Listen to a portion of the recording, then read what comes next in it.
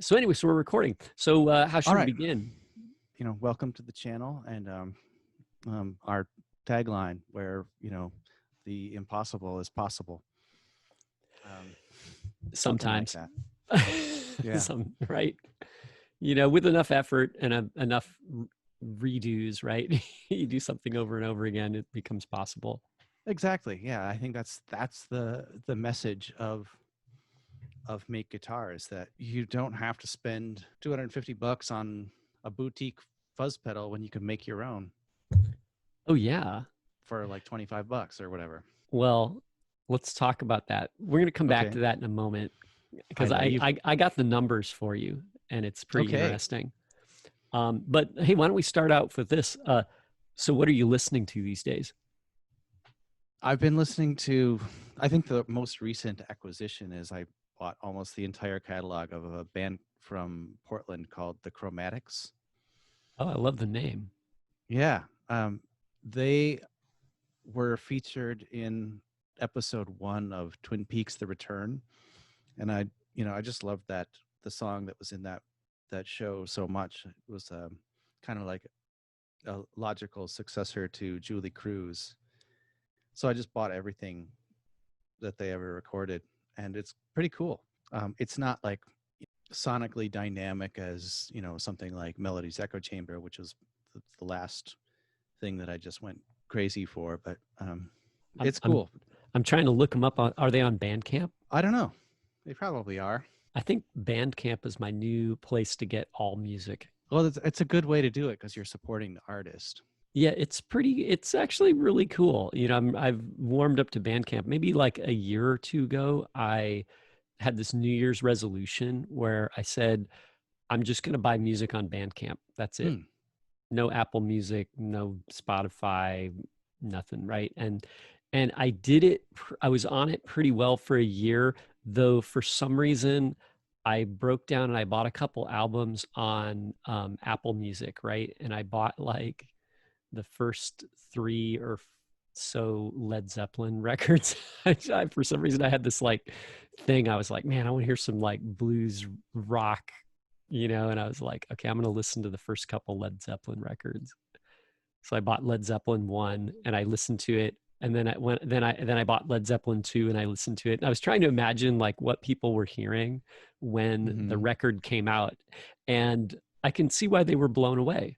Yeah. Oh, I enjoy that exercise, trying to listen to things sort of in context, like what it would have been like in context of what other people were doing at that time when a band that's really, innovative comes along, what that would do to your brain. Oh yeah. Yeah, it was pretty inspiring, like actually just listening to the Led Zeppelin records. So I don't know, maybe we got to bring the album back. And actually, I think so. They're really popular. yeah, actually, and that's one of the things that I was going to take us back to Bandcamp, right? So that's one of the things that Bandcamp does. I notice is they basically sell music as albums, Right. right? So you can buy the album from the artist, which is like, whoa, that mind blowing in 2020, right? So I yeah, mean, I still buy albums, but yeah, I, I kind of I mean, prefer in it, but digital form. yeah, me too. Yeah, but I kind of prefer it, and I think because like I grew up with that, so I'm a little bit older than a lot of people, right? So I'm Mm-hmm. kind of over 50, so I'm kind of in the other half. But like, when I was a kid, everything was on record, right? Vinyl or cassette tape. So I'm already used to it, and I'm also Right. used to the concept of you buy the music and you own it. Mm-hmm. Right, I'm not used to the concept of I pay a service to stream the songs, so I don't really own them, but I just get to listen to them. It's totally different. Yeah, that's there's just like a great insecurity in that. It's like if you stopped paying your, like your Adobe Creative Cloud fee, then you can't like edit your files anymore. That's crazy to me. Yeah, I know, I think that's nuts. Like people who buy Apple Music, like you can't listen to that song that you love because you stopped paying for Apple Music. Oh yeah, That's crazy. yeah, yeah, I think I said Apple Music earlier, but I just buy stuff from iTunes. Hmm.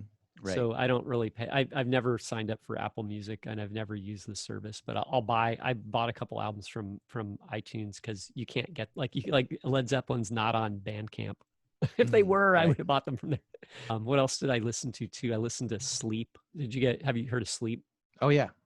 You couldn't get it on Bandcamp, so I Mm. just bought it on iTunes. You know. I'm guessing they were one of those bands that were kind of they were waiting for the, like the digital music revolution to, so basically they could release a record directly to the public. Yeah, they and it's funny they are surprisingly popular now. So hey, so we talked about what we're listening to. Let me ask you, what are you playing?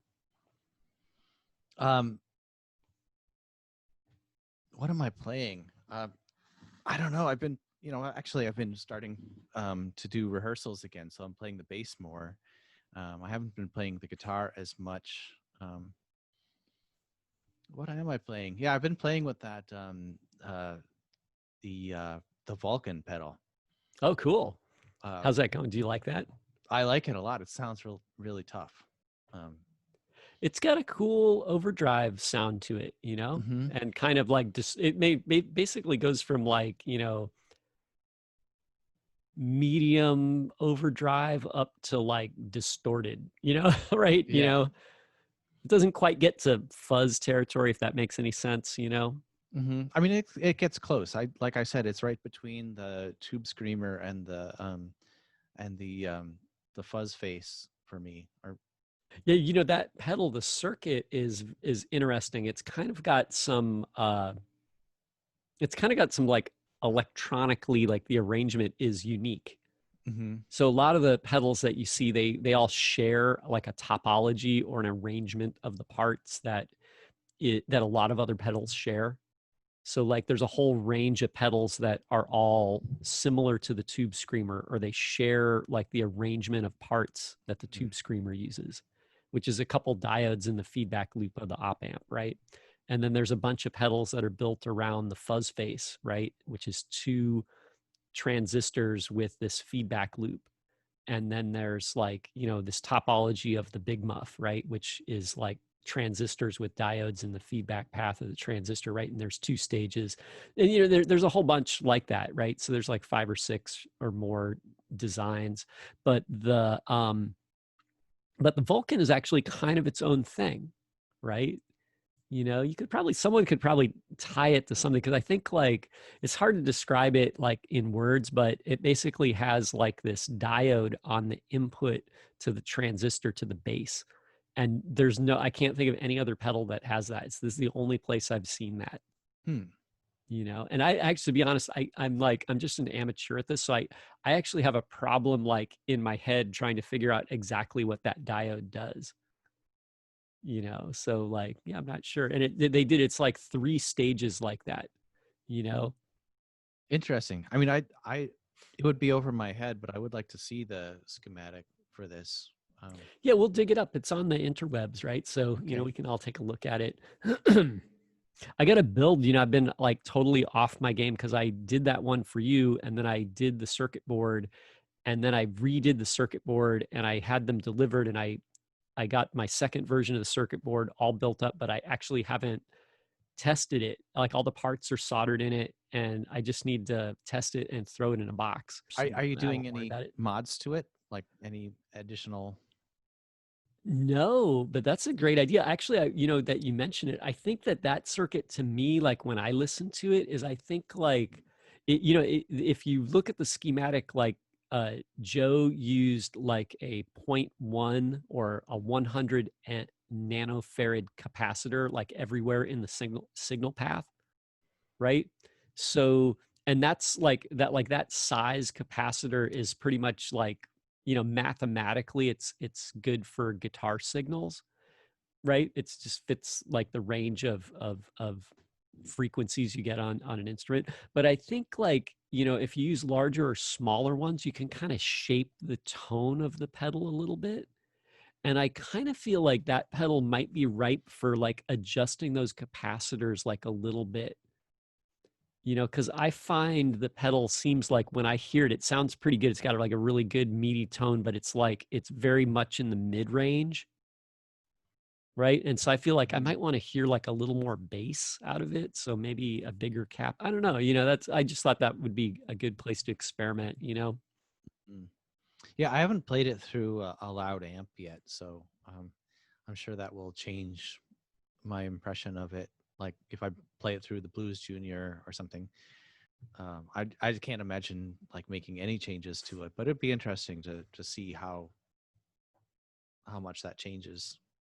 But Yeah. like I said, I feel like it's pretty transparent. You can you can get a lot of you can vary the sound quite a bit by using your tone knob on your guitar, or the adjusting the amp. Hmm. Like, I mean, I think that's where it's at. Like, I think it's, it doesn't really change the sound of the guitar. It doesn't, like whereas the Tube Screamer, it does kind of muddy the sound of the guitar a little bit initially. Yeah. Yeah. So actually, while we're speaking of that, let's talk about another pedal just for fun, right? As long Okay. as we're talking about pedals, right? So I just built this one. Beautiful. Yeah, actually it looks pretty good, doesn't it? Mm-hmm. I don't know.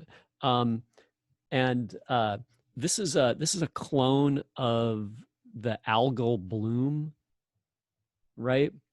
And it sounds pretty good, actually. It's kind of a fun one. The thing that got me on this was I had heard of it and I kind of like just passed it by, whatever, right? And then Brendan was talking about it. He's like, should I buy one of these? Don't buy it, you should build it. You could make it, right? And then I was thinking about building something, and I saw like there's a place called Pedal PCB that they just sell circuit boards. And so I was like, well, I'll just buy a couple circuit boards and build these, right? So I bought 3 circuit boards of the algal bloom and 3 circuit boards of the algal doom. And so I built all 6 of them a while ago, and I kind of got them all working. And they sound pretty good, actually. I think the doom actually sounds better, right? Because it's got a couple more knobs, so there's a little more control over the tone and the sound of the pedal.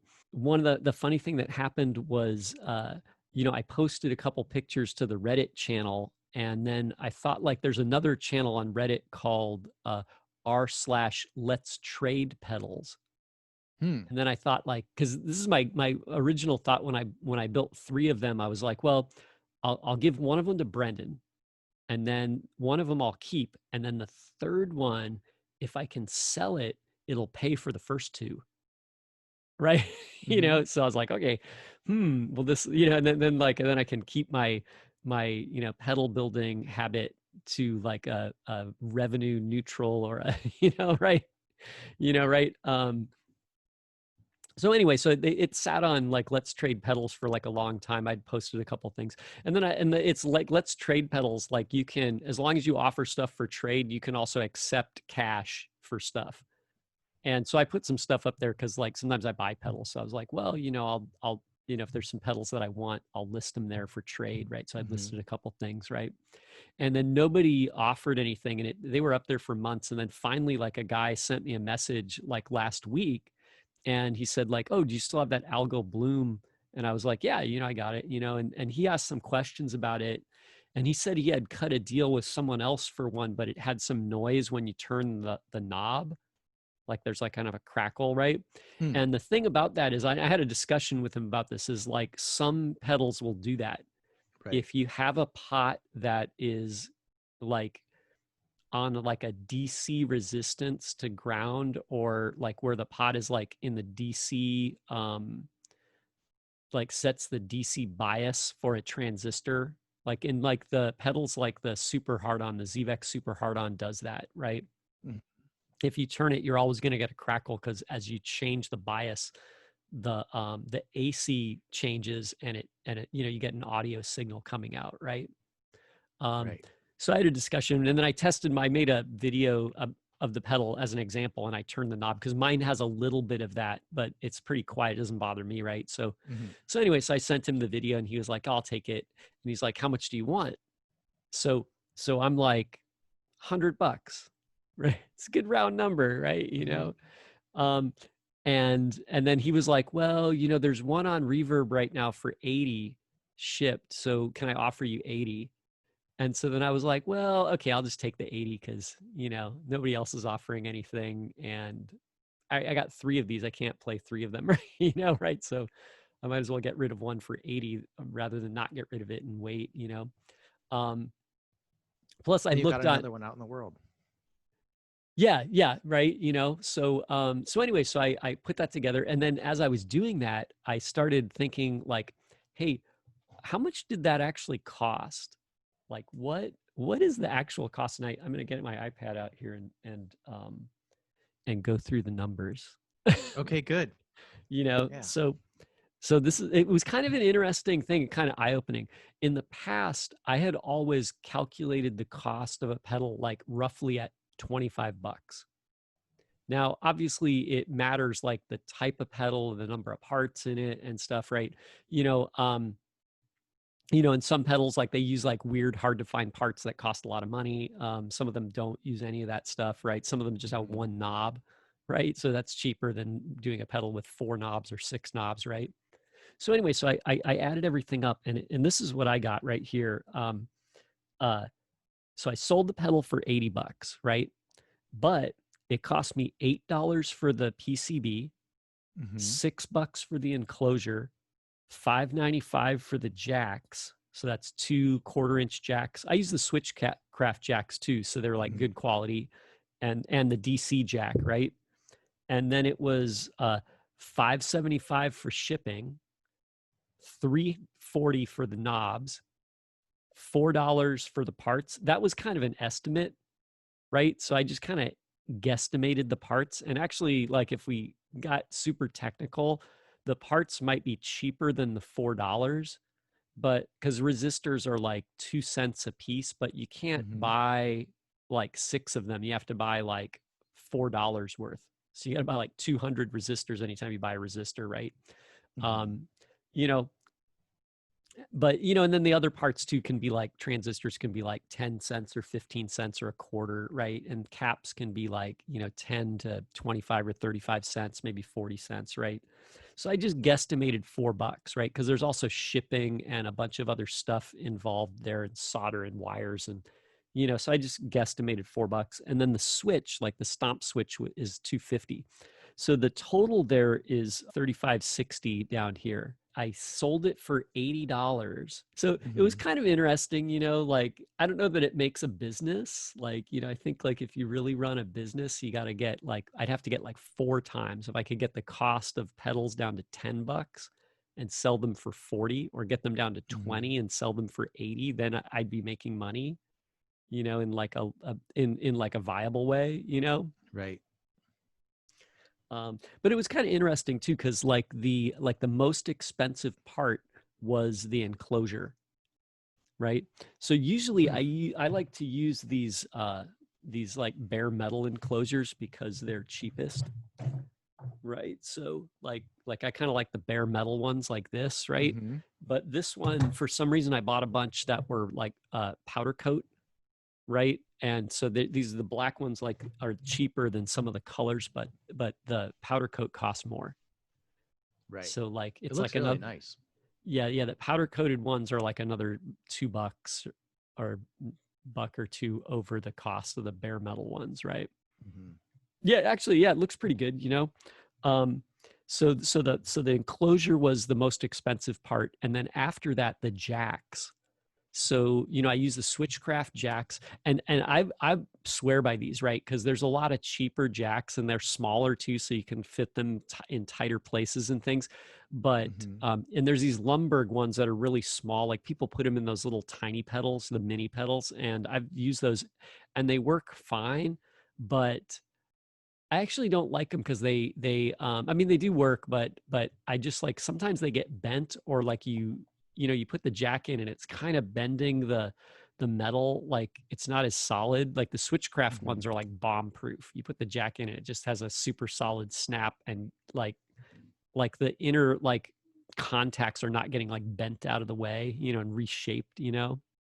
Hmm. So the jacks were the next highest cost. It was like 5.95. I think the Switchcraft jacks are like $2 each or something, and then the or Yeah, it's about like $2, and then the little DC jack was like $1 or something, or $1.35. I bought a Lumberg one. It's kind of a good brand, right?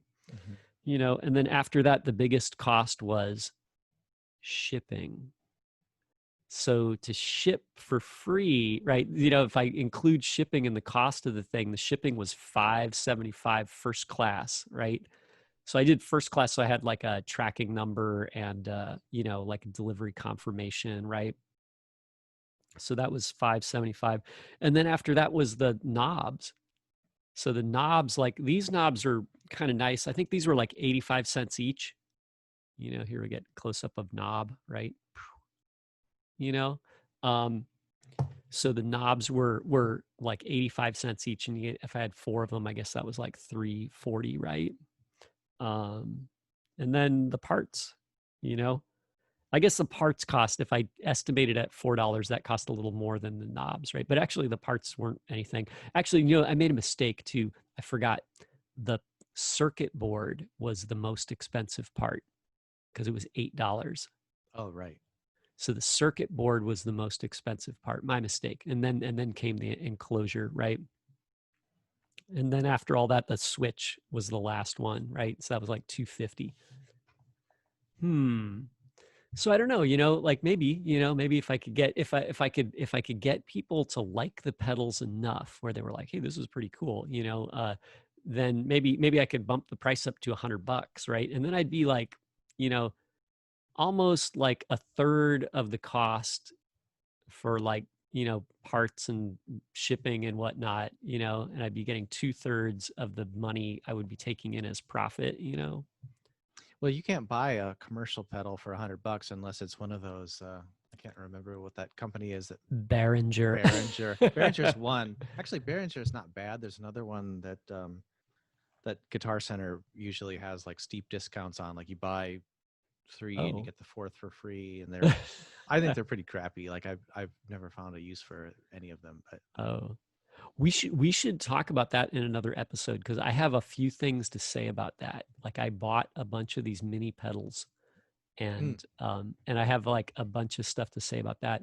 But on this one, this is kind of interesting, too. Like if you think about it, too, like let's bring up another one. How do you feel about this? So this is a DIY pedal, but it's actually a clone of someone else's pedal, right? So mhm. actually, I'm kind of like in some ways like, and maybe I should feel guilty about this. I'm kind of like, am I taking a sale away from Fuzz Hugger, right? So Algal Bloom is a pedal by Fuzz Hugger, right?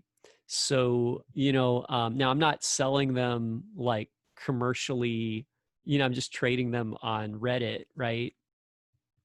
Like I didn't even put this on Reverb, but in some ways, like actually, it's kind of like Fuzz Hugger's, like idea, right? You Mm.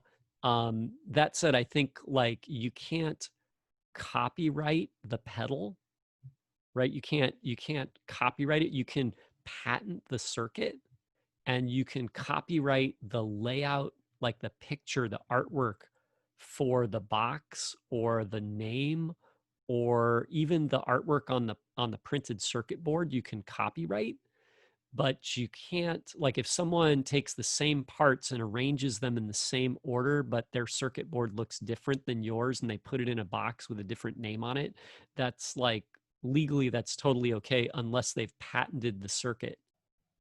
So you can't copy it if it's been patented. That said, like Mm. patent is like really hard to do. Like the United States has like these terrible patent laws. I don't know a lot about it, but essentially it's like really difficult to get a patent and very expensive. So some people do it, like wealthy, it's kind of another one of those things where like wealthy people like can do it and the rest of us like don't really Yeah, have if the you're a opportunity. corporation, it's really easy to protect your IP. Yeah, exactly, right? So on the one hand, it's like, like I feel like it's a little like maybe a little unfair to Fuzz Hugger, because I think the guy came up with a great circuit. Like I love the sound of the circuit. On Mhm. the other hand, like there was no way I was going to buy one of his circuits because I just make all mine, right? So like maybe he didn't lose a sale from me because I'm not gonna buy one of his pedals, right? I'm just going to make my own, like, Mm-hmm. even if he didn't make it, if someone else made it, I just make whatever I wanted to play, right? But then again, here I'm going outside of me, and I'm like, my personal use, and I'm selling it to someone else. Originally the idea was going to trade it, right? But then the guy Right. offered me cash, right? He didn't have anything to trade.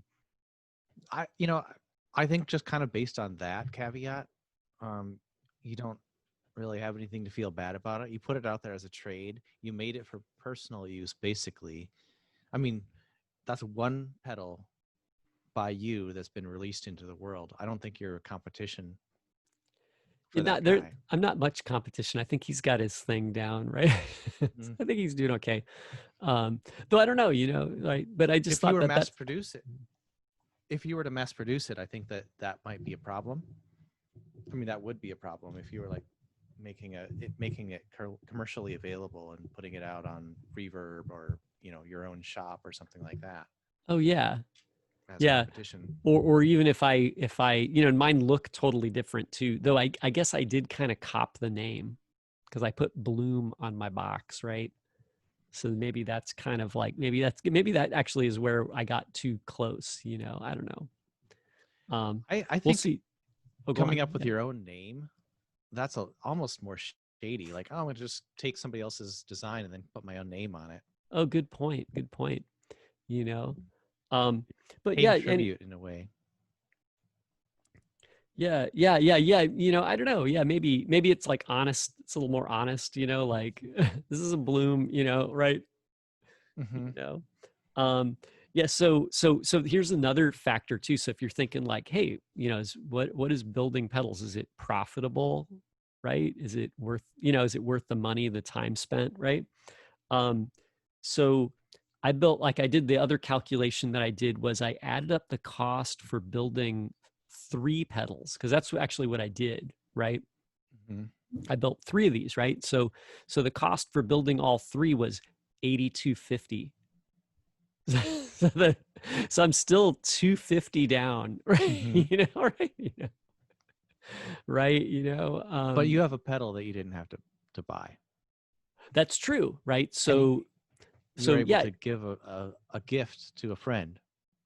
yeah, you know Yeah, actually, I haven't given it to Brendan yet. I had meant to do it. I texted him, and I was like, "Oh yeah, tell me your address and I'll send it to you." And then at the time, this was like a month or two ago. It was right after we started doing the shelter in place, right? And he Mm-hmm. was like, "Yeah, I'm just playing guitar, like acoustic guitar at home." So like don't have any use for it, right?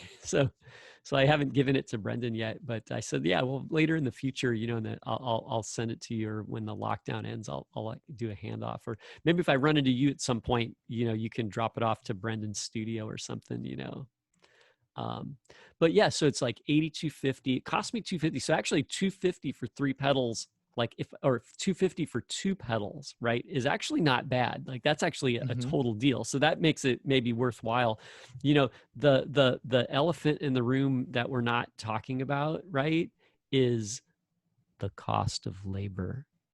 Exactly. All right. So I didn't track how many hours it took me to build the pedals. Maybe that's actually a good one. I'll bring that up in like another episode, maybe.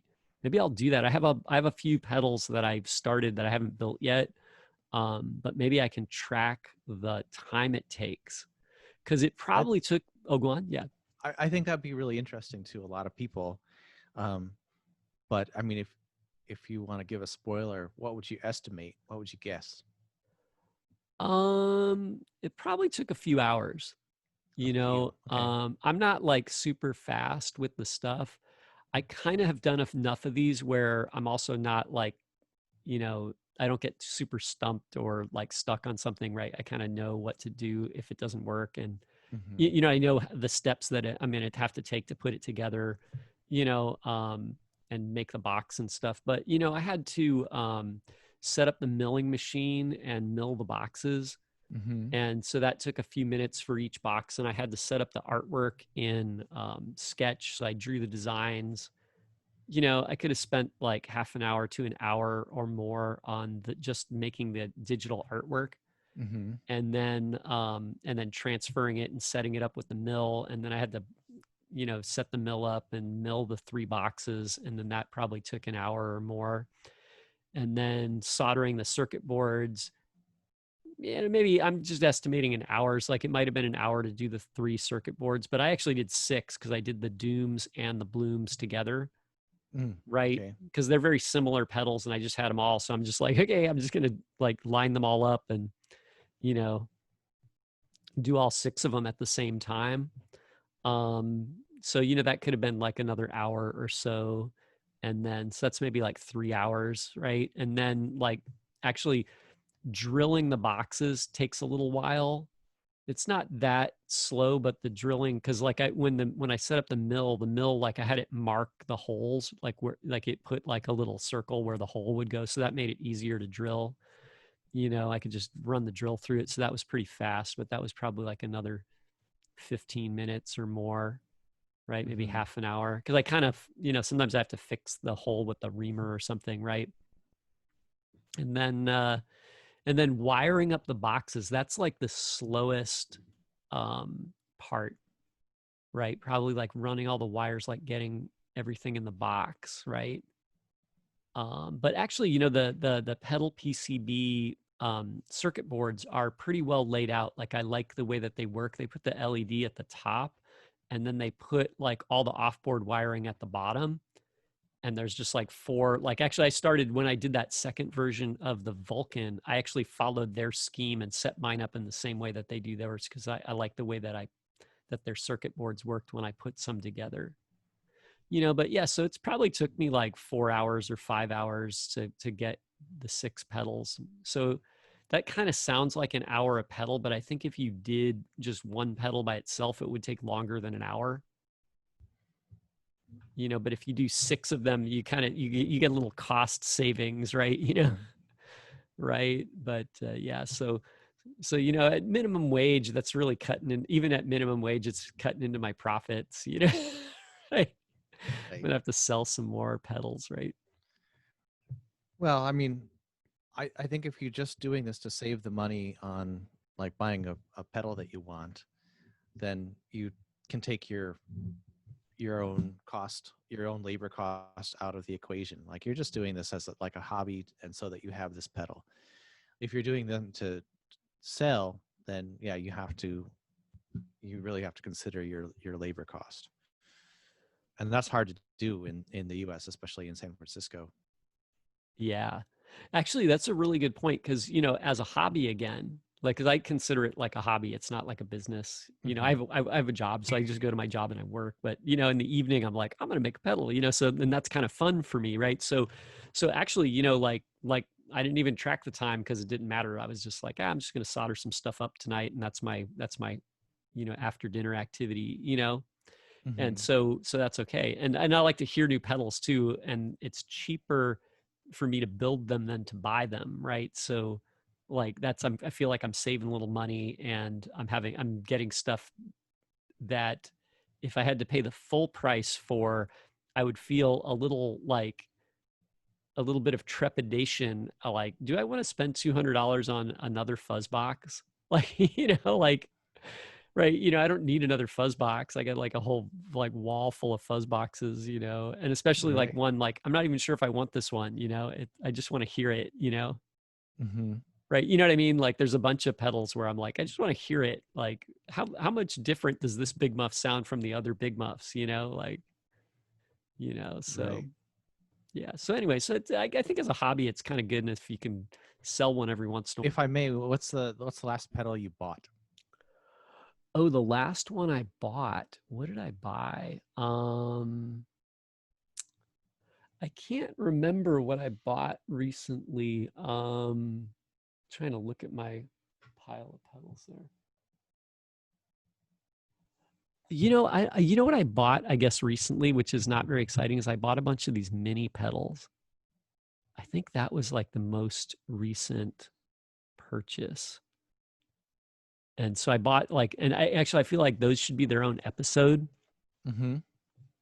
so we'll talk about those later. But I bought a bunch of these mini pedals. For some reason, I wanted the mini pedal board, and but that was before the lockdown. So I thought like, oh, if I go to the studio and I play, I can take my mini pedal board because it'll be a lot smaller, easier to carry. And then now I Hmm. don't go anywhere. So it's kind of a moot point, you know? Yeah, but I mean, we'll get out of the house eventually. I'm actually going to rehearsals already, and I'm trying to be like really conscious of social distancing and everything, but and masking and whatever. But Oh, yeah, so you, music has to live on. Live music needs to happen.